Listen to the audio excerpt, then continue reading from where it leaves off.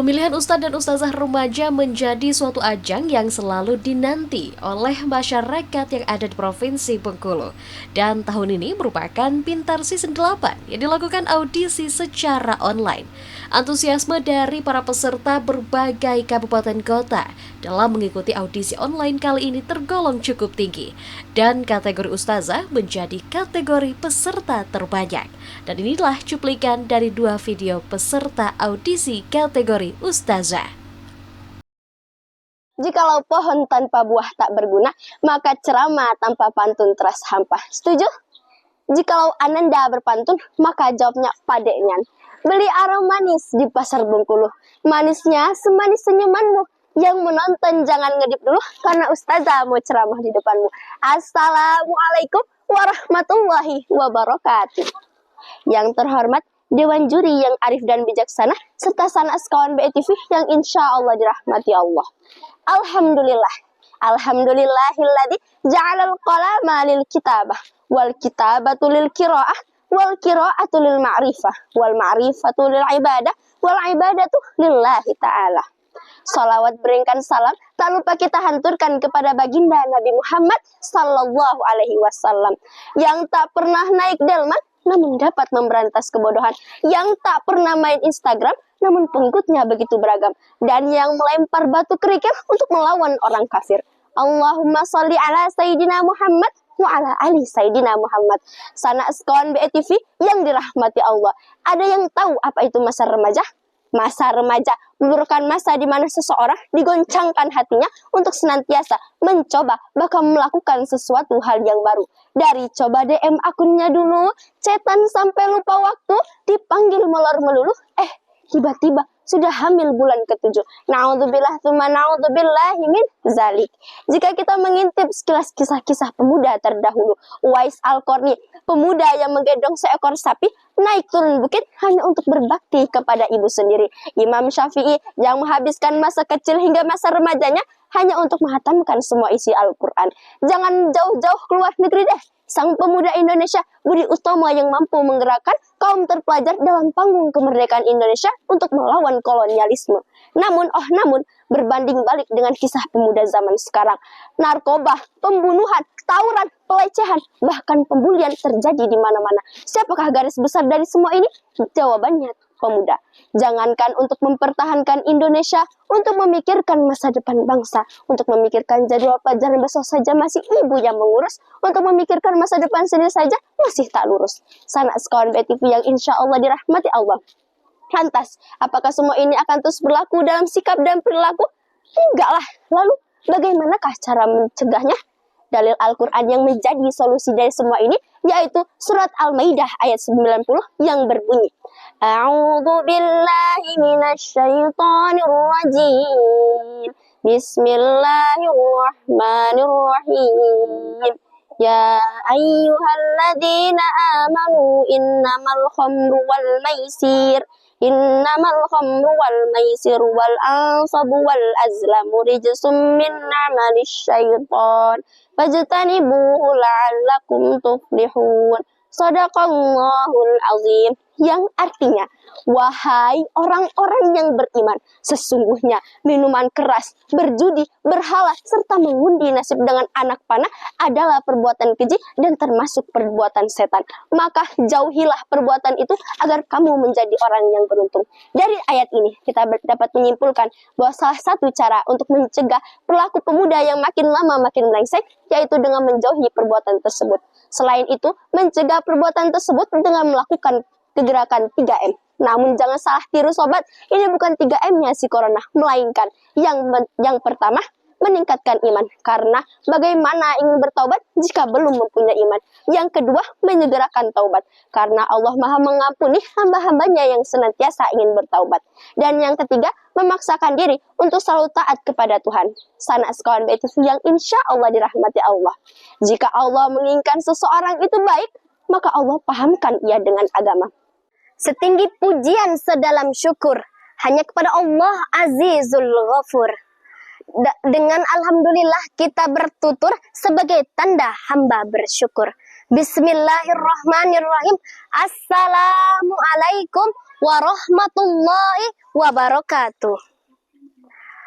Alhamdulillahilladzi assalatu wassalamu ala sayyidinal mursalin wa ala alihi wa sahbihi wa man tabi'ahum bi ihsanin ila yaumiddin.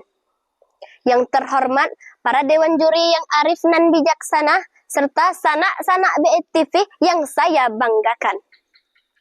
Pahlawan Indonesia, Panglima Besar Jenderal Sudirman pernah berkata, mau menang harus kuat, mau kuat harus bersatu, mau bersatu harus menjalin tali silaturahmi.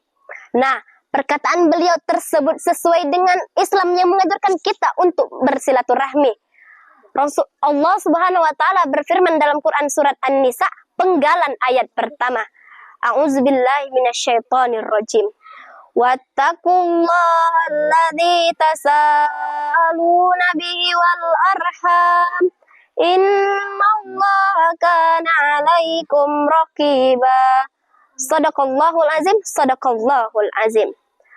Berdasarkan ayat tersebut, di dalam tafsir Al-Qurtubi menjelaskan bahwa hukum menjalin silaturahmi adalah wajib dan memutuskannya adalah haram. Banyak keutamaan silaturahmi para hadirin. Salah satunya memperluas rezeki. Rasulullah Shallallahu Alaihi Wasallam bersabda, "Man ahabba ayusbitalahu fi rizqihi wa yunsa'alahu fi atharihi falyasil rahimahu." Barang siapa yang ingin dilapangkan rezekinya, dipanjangkan umurnya, hendaklah ia menyambung tali silaturahmi. Hadis riwayat Bukhari. Sanak-sanak BETV yang saya banggakan, apa para hadirin sekalian tahu apa saja manfaat silaturahmi? Silaturahmi memiliki banyak sekali manfaat. Yang diantaranya adalah mempererat persaudaraan, memperluas persaudaraan antar sesama, dan menjaga keharmonisan. Selain bermanfaat bagi sesama manusia, menjalin ukhuwah Islamiyah juga mendekatkan diri kepada Allah Subhanahu wa taala. Dan pelaksanaannya tidak terbatas oleh dimensi para hadirin. Contohnya, kita bisa mendoakan orang yang sudah meninggal, baik orang tua, saudara kita maupun orang lain bisa kita doakan. Dari Abdullah bin Amr ibnul As, Rasulullah Shallallahu Alaihi Wasallam bersabda, bukanlah orang yang menyambung silaturahmi itu yang berbuat baik, akan tetapi orang yang benar-benar menyambung silaturahmi adalah seorang yang jika diputuskan silaturahmi dengannya, namun dia tetap akan menyambungkannya. Hadis riwayat Bukhari. Sanak-sanak BETV yang insya Allah dirahmati oleh Allah Subhanahu wa taala. Juga ada 4 cara untuk menjaga silaturahmi para hadirin. Yang pertama, saling mengingatkan dalam kebaikan. Yang kedua, saling memaafkan kesalahan dan tidak menyimpan rasa dendam. Yang ketiga, saling berkunjung ke rumah kerabat, terutama saat acara keluarga maupun liburan. Dan yang terakhir para hadirin, kita bisa berdoa untuk sahabat-sahabat seiman. Sahabat BETV yang saya banggakan, teruslah sambung tali silaturahmi agar bisa terbebas dari rasa dengki, terbebas dari rasa dendam, hidup lebih bahagia, damai, dan terjaga dari penyakit maupun masalah. Sebanyak apapun amal, jika tidak menjalin silaturahmi, la yadkhulul jannah, tidak akan masuk surga. Hadis riwayat Bukhari. Nah, para hadirin sekalian pasti mau kan masuk surga? Nah, makanya jangan sampai memutuskan tali silaturahmi. Di zaman sekarang banyak kejadian hadirin. Dulu saling sapa, sekarang saling lupa. Dulu saling mengasihi, sekarang saling memusuhi. Nauzubillahi min zalik.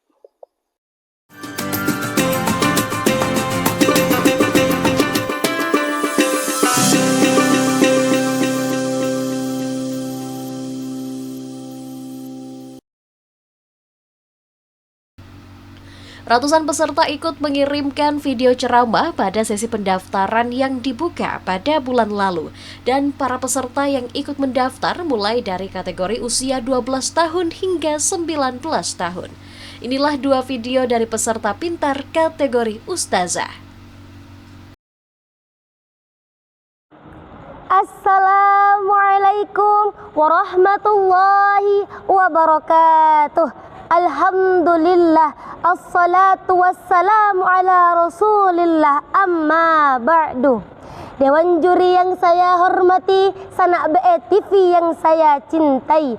Pada masa kini, teknologi yang semakin canggih membawa dampak luas di semua belahan bumi, tidak terkecuali Indonesia. Ia laksana pisau bermata dua, bisa memberi nilai positif dan negatif tergantung siapa yang memanfaatkannya.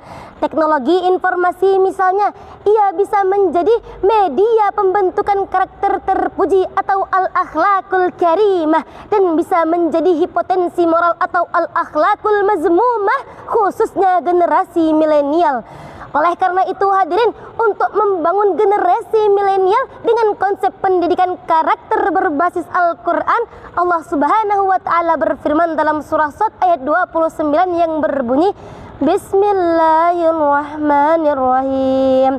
Kitabun anzalna ilaika mubarakun liyadabbaru ayatih waliyatadzakkara ulul albab. Kitab Al-Quran yang kami turunkan kepadamu Muhammad penuh berkah, supaya mereka menghayati ayat-ayatnya dan orang yang berakal mendapat pelajaran. Syekh Jalaluddin Al-Mahalli dan Syekh Jalaluddin As-Suyuti dalam tafsirnya Jalalaini halaman 601 mengatakan bahwa kata liyadab baru dalam ayat tadi mengandung perintah untuk mendalami nilai-nilai yang terkandung dalam Al-Quran. Dari situlah hadirin, pedoman dan pelajaran berharga kita peroleh, lalu kita jadikan pegangan. Hadirin yang berbahagia, pesatnya perkembangan teknologi telah membawa perubahan terhadap karakter dan gaya hidup setiap orang, lebih-lebih generasi milenial. Kita tidak akan bisa menghentikan laju internet booming, maka sebagai konsekuensinya kita harus membangun fondasi keimanan dan filter yang kuat untuk menyaring arus budaya asing. Tantangan pendidikan lebih kita rasakan pada masa kini. Sampai saat ini kita belum terbebas 100% dari bahaya pandemi. Tidak hanya itu hadirin, pandemi juga berdampak pada meningkatnya dekadensi moral generasi muda. Berdasarkan data dari Indonesia Corruption Watch, jumlah penindakan kasus korupsi pada tahun 2024 mencapai hingga 1.280 kasus. Kerugian yang dialami negara juga tidak main-main hadirin, mencapai triliunan rupiah. Dana yang cukup untuk membangun 1.000 madrasah dan pondok pesantren beserta fasilitasnya. Lantas timbullah pertanyaan, bagaimana cara kita menyelamatkan generasi kita dari karakter perusak masa depan bangsa? Allah Subhanahu wa Ta'ala berfirman dalam surah Al-Ahzab ayat 21, Laqad kana lakum fi Rasulillahi uswatun hasanah. Sungguh telah ada pada diri Rasulullah itu suri teladan yang baik. Profesor Dr. Muhammad Quraisy Shihab dalam tafsirnya Al-Misbah mengatakan bahwa Rasulullah SAW merupakan suri teladan yang baik bagi manusia. Beliau mengajarkan karakter-karakter mulia, meliputi akhlak kepada Allah, akhlak kepada manusia, bahkan akhlak kepada alam semesta.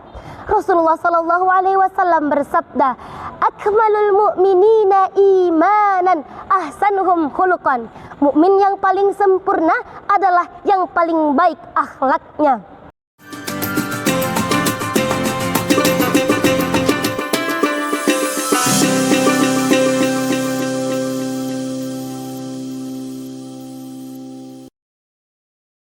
Ratusan peserta bersaing pada audisi Pintar Season 8 kali ini, mulai dari kota Bengkulu hingga 9 kabupaten yang ada di Provinsi Bengkulu.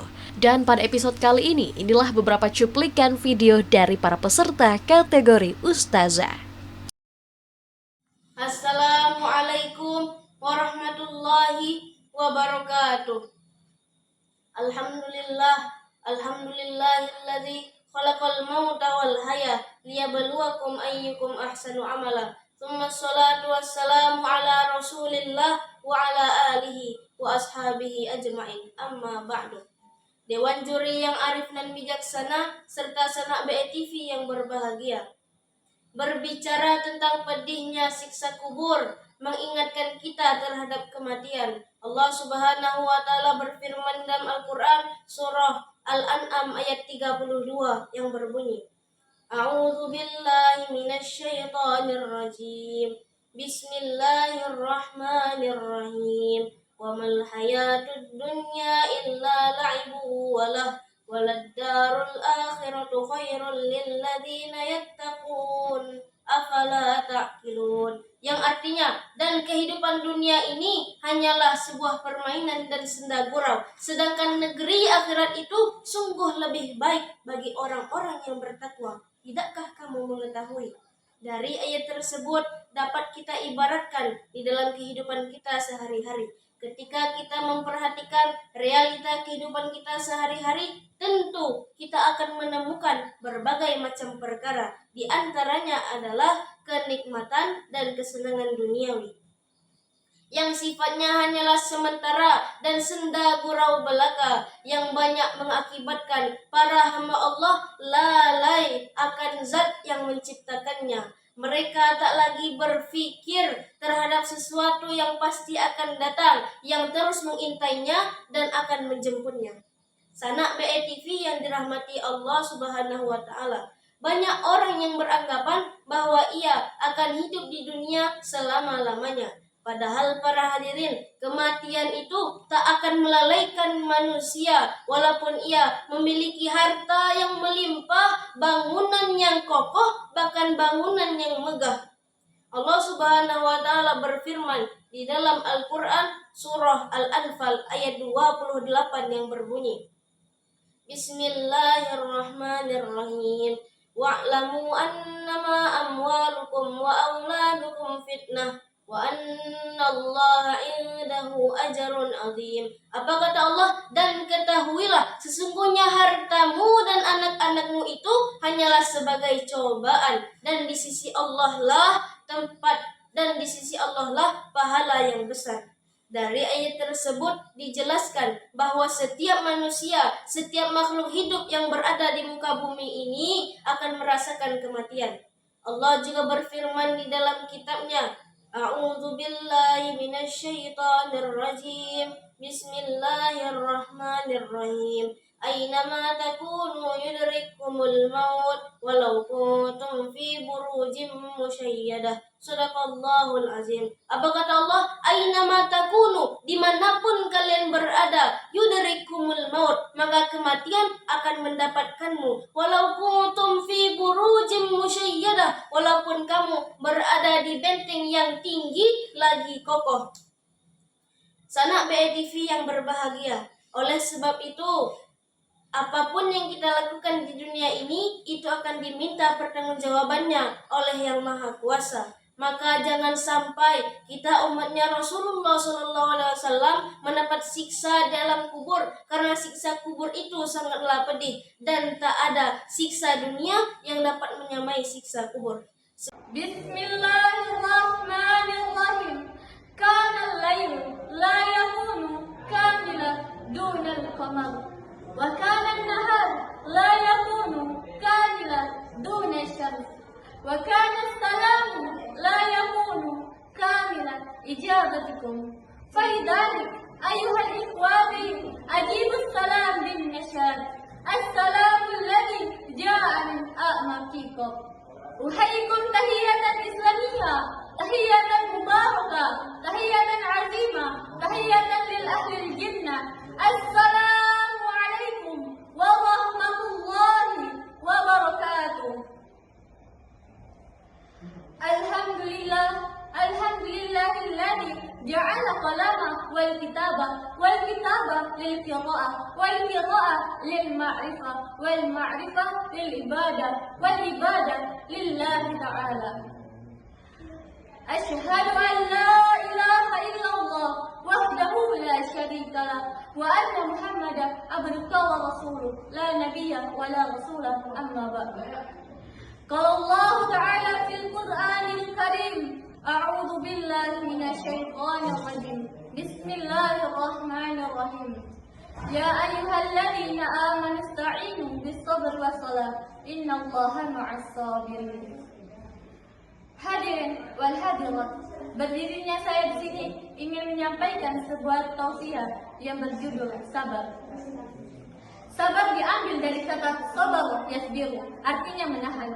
Allah Subhanahu wa taala memerintahkan kepada manusia untuk menahan diri dari perbuatan-perbuatan yang keji.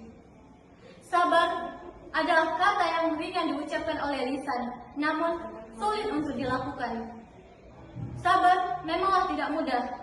Karena itu, orang-orang yang sabar adalah orang-orang yang bersama Allah. Sebagaimana firman Allah Subhanahu wa taala yang berbunyi, A'udzu billahi minasyaitonir rajim. Bismillahirrahmanirrahim. Ya ayyuhalladzina amanu ista'inu bis-sabri was-salat. Innallaha ma'as sabirin. Ya ayyuhalladzi, wahai orang-orang yang amanu, beriman, nasta'inu, mohonlah pertolongan, bis-sabri, dengan sabar, was-salat, dan salat. Innallaha, sesungguhnya Allah, ma'as sabirin, bersama dengan orang-orang yang sabar. Hadirin wal hadirat rahimakumullah, sabar memanglah tidak mudah, butuh proses. Hadirin wal hadirat rahimakumullah, sabar memang tidaklah mudah, butuh proses untuk Hadirin wal hadirat rahimakumullah, sabar memanglah tidak mudah, butuh proses untuk melatihnya, perlu perjuangan, pengorbanan yang tidak sedikit. Hadirin rahimakumullah, sabar terbagi menjadi dua. Pertama, sabar dalam menahan amarah. Sabar terbagi menjadi dua. Pertama, sabar dalam menahan amarah. Apa bisa kita menyelesaikan sebuah masalah dalam keadaan amarah? Tentulah tidak. Nabi SAW bersabda, La taghdab faraddada mirara, la taghdab, yang artinya janganlah marah. Nabi mengulangi berkali-kali, janganlah kamu marah. Sabar yang kedua adalah sabar dalam menghadapi cobaan dari Allah Subhanahu wa taala. Hadirin wal hadirat rahimakumullah, setiap manusia akan diuji oleh Allah karena Allah ingin meninggikan derajat hambanya. Yang kedua, setiap manusia akan diuji oleh Allah Subhanahu wa taala karena Allah Subhanahu wa taala ingin menaikkan derajat manusia. Dan sesuatu yang kita miliki adalah milik Allah dan hanya kepada Allah lah tempat kembalinya.